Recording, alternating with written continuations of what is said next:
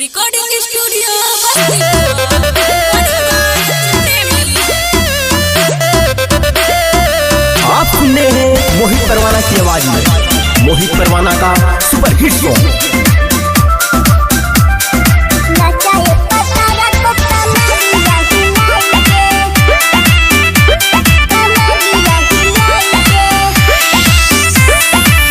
चाहे पतार को कमरिया हिलाई के नचाए पतार को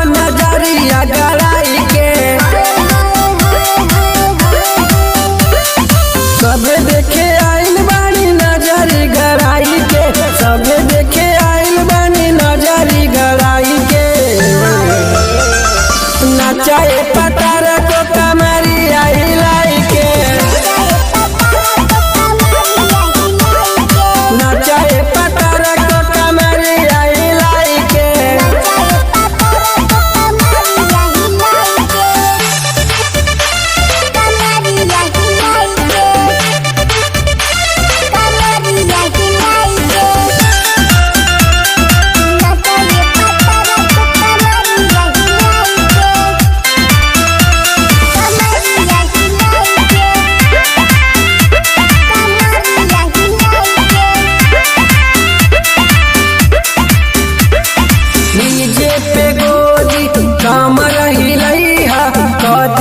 सबके खुश ले लिहा पैसा ले लिहा रुपया सटा तू कर लिहा बुक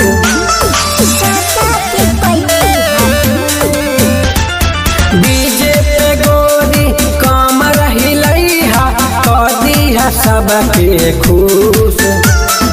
ले लिहा पैसा ले लिहा रुपया कर दिहा सटा बुक कर दिहा सटा बुक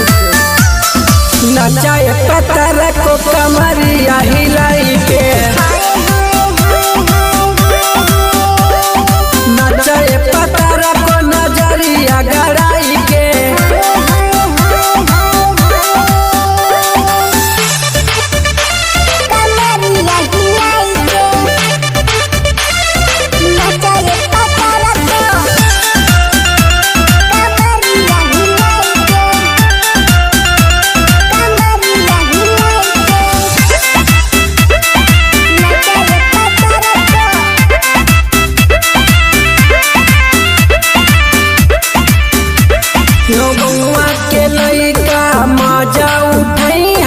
साथे में बिपिन कमलेश